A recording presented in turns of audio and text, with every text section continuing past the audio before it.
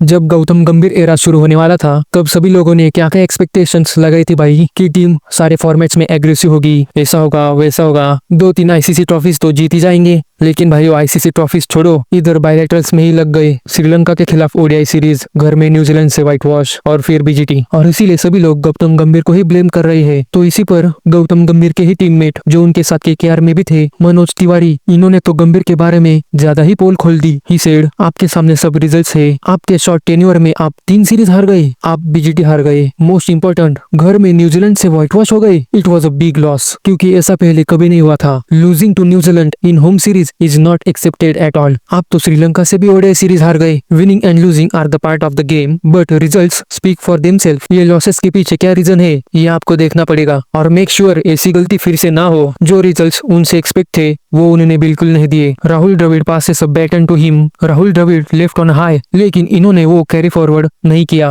और ये lack of experience की वजह से है। आप मुझे बताइए, इंडियन टीम की कोचिंग लेने से पहले क्या उनके पास कोई भी कोचिंग एक्सपीरियंस था? फर्स्ट क्लास क्रिकेट में, आईपीएल में और anywhere in the world? Did he coach anyone of the team? Mentoring करना और कोचिंग करना ये टोटली डिफरेंट है, और इसी पर एवरीवन फैंस मिक्सअप करते हैं। Coaching and mentoring are totally opposite. जब आपके पास एक्सपीरियंस ही नहीं है तो आप कैसे परफॉर्म करोगे? और इसी रीजन की वजह से ये सब हो रहा है। मैंने उनको हिपोक्रेट कहा, इसके भी पीछे एक रीजन है। उनके एक ओल्ड इंटरव्यू में उन्होंने कहा था कि ये सब जो फॉरेन कोचेस होते हैं, all the guys who come from abroad have no emotions, they have no feeling, they earn money and enjoy themselves. लेकिन जब उनके पास पावर थी कि इंडियन ओरिजिन के कोचिंग स्टाफ को ले, तो उन्होंने रायन टेन डोस्टेट और मॉर्ने मॉल्कर का नाम क्यों लिया? उनको जो भी चाहिए था वो सब उनको मिला, लेकिन he is not able to produce the results. Actions doesn't match his words, so I call him hypocrite. और भाइयों, ये स्टेटमेंट्स के बाद नीतीश राणा और हर्षित राणा ने सोशल मीडिया पर गौतम गंभीर को सपोर्ट करते हुए पोस्ट डाली। तो इसी पर मनोज तिवारी ने कहा,